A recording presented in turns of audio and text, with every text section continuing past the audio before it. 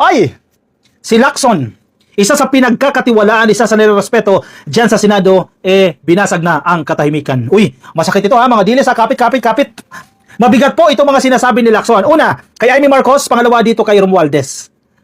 Kasi gustong-gusto nyo makulong si Romualdez. Gustong-gusto ninyo kasuhan si Romualdez.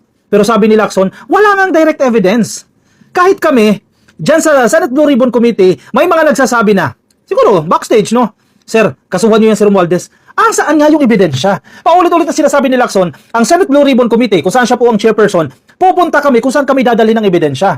Ito malinaw na malinaw, sinasabi ni Lacson, wala nga ni isa. Wala ngang direct evidence na magtuturo dyan kay Romualdez. Ano gagawin namin? Pipilitin namin. Meron pala, nag-iisa. Alam mo kung sino yung nag-iisa na nagtuturo kay Romualdez? Zaldico. Not even notarized yung kanyang affidavit. Hindi nga nagpapakita. Hindi nga natin alam kung AI ba yung video na yan o kung ano man yung video na yan. Diba? Hindi nga sinusumpaan yung kanyang salaysay. Nagtatago yung tao na yan. So dahil nagtatago siya, nothing to lose, kahit ano pwede niyan sabihin. Paano maiimbestigahan ng Blue Ribbon Committee si Romualdez kung nagtatago naman yung Zaldico? Common sense, di ba? Kontrahin nyo ngayon si Lacson. Kay Lacson kayo magpaliwanag. O baka sabihin ninyo si Lacson inutusan din ni PBBM yan. Para ipagtanggol si Romualdez. No, hindi na pinagtatanggol si Romualdez. Doon lang tayo sa totoo. Doon lang tayo sa facts. Ang sinasabi niya, walang direct evidence kay Romualdez. Senate yan ICI. Yun din ang sinasabi ng ICI. No adverse findings. O bakit pinipilit nyo pa rin? Bakit pilit yung dinidiin pa rin? Ito dapat ang magpaliwanag.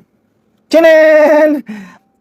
Yan dapat ang magpaliwanag. Si Amy Marcos. Alam mo kung bakit? Sabi ni Lacson, pag nasa glass house ka, huwag kang mambato. Ganda, lalim, di ba? Mamaya natin explain yan. May 2.5 billion pesos allocables. Yan yung term nila na kumbaga allotted na funds para sa isang mambabatas. Halimbawa, may preferred project siya. O may gusto ko magpatayo ng ganitong tulay. Di ba? Dedicated dyan sa mga mambabatas na yan. Isipin mo Lacson na nagsasalita You cannot question the credibility of Lacson. Ako, hindi ko rin nakikwesto niya kasi kilala mo yan. Kung anong klaseng tao yan. Di ba? Yes, may mga pagkukulang at some point. Minsan pinupuna din natin. Pero di hamak naman na well-respected si Lacson among other senators, no? Pag nasa glass house ka, si Lacson yung nagsasalita huwag kang mambato. May 2.5 billion pesos allocable sa 2025 National Expenditure Program or NEP. At tahimik na tahimik sa bicameral meetings kung saan pinagdedebatehan ang 2026 budget. Pero ngayon, puro tuligsa sa kritisismo ang naririnig mula kay Senator Amy Marcos. Boom! Sa pool. Tchan-tchanan! Ano ka? Daryl Yap, ano ka ngayon? Amy Marcos, ano ka ngayon? Huwag kang mambato kung nasa glass house ka. In short, kung may mga dumi ka rin naman, bakit nagbabato ka ng dumi? Ayan, bumabalik sa'yo. Ang tanong ngayon, bakit ka nananahimik sa 2026 deliberation? Kasi nga naman 2.5 billion allocable sa 2025 NEP. Bakit tahimik si Manang Amy dyan? Kita nyo na? Pansinin nyo kung sino yung madadaldal, sino yung maiingay, sino yung galit na galit sa gobyerno, sila yung may mga kasalanan. Sila yung mga nagkukubli. Antindi nyo ngayon, nabulgar ni Lacson yan. Manang Amy, ipaliwanag mo naman yan. Huwag na natin pag-usapan yung dress code dyan sa Cebu. Hindi naman petty issue yan, pero hindi mas dapat pagbibigyan ng atensyon yan. Sabi pa ni Lacson ito ang binigyan diin ng ni Lacson matapos niyang ituro ang 2.5 billion pesos na halaga ng allocable sa inuugnay kay Senator Maria Imelda Josefa Remedios Amy Marcos. Ang haba ng pangalan Maria Imelda Josefa Remedios Amy Marcos sa 2025 National Expenditure Program or NEP. Gayon din ang pananahimik nito ungkol sa sinasabing giniling o pork habang tinatalakay ang 2026 budget sa Bicameral Conference Committee. Yes! Perfect! Bravo! Sabi ni Amy, walang pinagkaiba sa budget. Bagoy pa rin yan. Giniling lang. Iba lang daw po yung forma pero the same pa rin daw. May pork barrel pa rin. Madam, explain mo. 2.5 billion pesos. Pahiya ka ngayon Malaking kahihiyan yan. 2.5 billion pesos. Sabi mo, pork pa rin yan. Giniling pa rin yan. Ano yan? Explain mo yung allocables na yan. Ayan si Lacson nagsasalita Palabasin ninyo si Lacson. Inutusan ni BBM yan. Siya ang nag-iingay. Sabi ni Lacson, kinikriticize niya ang budget sa 2026. Sinabi niya, may tadtad ng pork, may giniling, may tinadtad, pero pork pa rin. I remember that. Shinare natin yan. Sabi niya yan, di Amy Marcos. Sabi ni Lacson, kung ganyan ang definition niya ng pork, siya ay may pork. So wala siyang moral ascendancy para i-criticize. Naku po, sapol. Madam Amy, wala kang moral ascendancy. Wala kang karapatan. Wala kang mukhang maihaharap. Wala kang maipagmamalaki. Kung magsasalita ka tungkol dyan sa pork na yan, ikaw mismo, nakikinabang ka dyan. Di ba? Kung ganyan ang definition niya ng pork, siya ay may pork. So wala siyang moral ascendancy. Unang-una, member siya ng BICAM. Correct. Bakit hindi siya nag-raise ng issue nang nasa bycam siya, natadtad ng pork ito? Exactly. Daryl Yap, pagtanggol mo lola mo. Bakit siya nananahimik? Parte siya ng bycam, kaya ka nga nandyan eh. Kapag tutol ka sa isang probisyon, questionin mo sa bycam. Bakit hindi niya question? Bakit siya nanahimik? Tapos ngayon, magsasalita siya, sasabihin niya, giniling lang yan, pork pa rin yan, keme. Ikaw, binulgar ni Lacson. Isang issue pa lang yan, mamaya may isa pa ako issue. Wala tayong narinig sa kanya, pero nandun siya sa bycam, sabi ni Lacson. Paano niya papaliwanag yan? Number 2, ito yung sinasabi ko sa inyo second issue. Sabi niya, galit na galit siya kay Rimulya. Bakit daw kailangan ni Rimulya i-announce na may warrant of arrest laban kay Bato? Tinatakot daw yung tao. You are terrorizing the person, sabi niya. Pero ma'am, anong in-announce mo ng isang araw? Sabi mo, sasampahan na ng kaso si Jinggoy, si Revilla, at si Joel Villanueva. Bakit pinangunahan mo mag-announce? Ngayon, tiniterrorize mo rin yung mga tao na yan. See? Double standard. Daryl Yap lola mo double standard. Galit ka kay Rimulya na nag-announce na may warrant of arrest kahit wala naman daw. Tapos ngayon, hindi ka nagagalit sa sarili mo, in-announce mo na kakasuhan yung tatlo na yan kahit wala pa naman. Unang-una, you're not part of the DOJ or Ombudsman. Bakit mas alam mo yan, nasasampahan ng kaso yung mga tao na yan? Di ba? Di ba tayo sa totoo? Nahuhuli kayo dyan eh. Sa Pulka, di ba? Paliwanag mo ngayon yan. Tahimik siya ngayon. Nabasag siya eh. Basag na basag siya kay Romualdez eh. Kay Lacson eh. Hindi na pwedeng question na credibility ni Lacson. Basahin ko lang itong balita. Balik tayo dito sa sinasabi ni Lacson kay Romualdez. Kasi isa din niya sa pinupunteriya ni Aimee.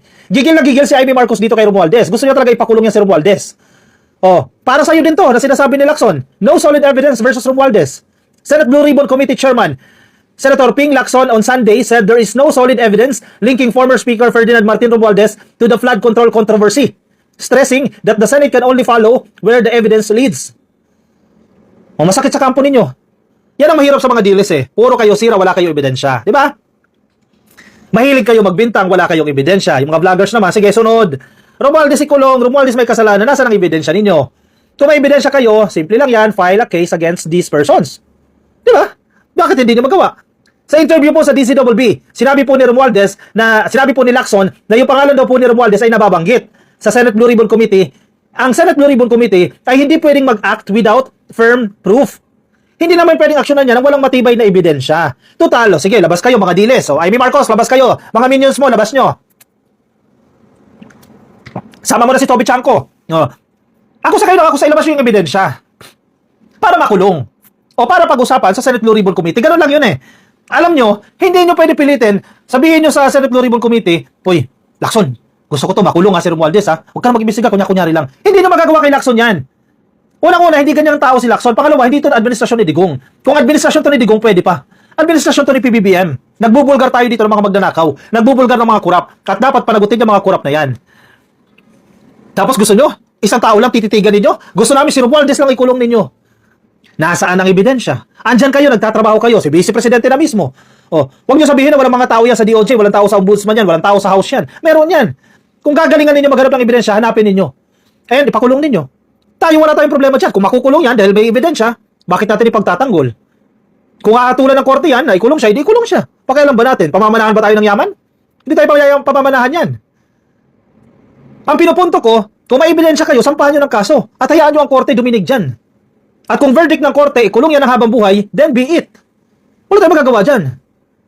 Hindi pwede selective lang. Hindi, si Romualdez lang ituro natin. Huwag natin ituro si Gloria. Huwag natin ituro si Aimee Marcos. Di ba? Sabi ni Lacson, sa katunayan, nababanggit nga si Speaker Romualdez pero wala naman magagawa ang Senate Blue Ribbon Committee kasi, di ba, sinabi ko kung saan kami dadalhin ng ebidensya, doon kami pupunta. Yan po ay due process, not insinuation. Uy, sakit. Aimee, ang ginagawa nyo, insinuation. Saldico, insinuation. Toby Chanco, ang ginagawa nyo, insinuation, hindi due process. Coming from Lacson. Lacson underscored that no witness has directly implicated the former speaker. Wow, sakit ito. No witness. Wala mong sino mang testigo ang direktang ini-implicate o itinuturo, inuugnay si speaker maliban sa isang individual kung saan ang kanyang testimonya ay hindi pa substantiated. Walang laman. Si Saldico, itinutukoy niya. Wala naman talagang direktang nag-i-implicate kay Speaker Romualdez kundi si Orly Gutesa. Ito pala, si Orly Gutesa pala tinutukoy niya. Hiwalay pa yung kay Saldico. No, Orly Gutesa, not substantiated. Yung prenisenta ni Marcoleta diyan sa Senate, and then kinabukasan na wala. O iba pa pala yan, hindi pa pala si Saldico yan. Gutesa, isa din yan. Oh, asaan? The senator also rejected claims that he or Malacanang supposedly blocked inquiry, saying there was no such pressure exerted on him. Di ko alam sinong nagsasabi niyang nagbabawal. Ako ba yon? Or Malacanang ba nagbabawal na hindi naman totoo, sabi ni Lacson? Alam nyo, yung issue na nagbabawal, gawa-gawa lang yan ng mga dilis. Kesyo daw, hindi iniimbestigahan ng Blue Ribbon Committee si Romualdez kasi may instruction ng palasyo. O wag nyo imbestigahan yan. Ha? Gagawin ng presidente yan? Pagtatakpan niya yung pinsan niya? Diba? Naniniwala kayo gagawin niya yan? Para pagtakpan si Romualdez? No, hindi na gagawin yan. Nagkataon lang wala kayong makita mga ebidensya. Nagkataon lang na itinuturo ninyo, yung gusto ninyong ikulong, walang ebidensya na magtuturo na involved siya dyan. Ilabas nyo si Saldico, ipakulong nyo. Yan, makatulong pa kayo. Diba? Ay, nako talaga ba sa utak? Dilis talaga. Oy, manangay me. Katok. Daryl Yap. Oh, paliwanag mo.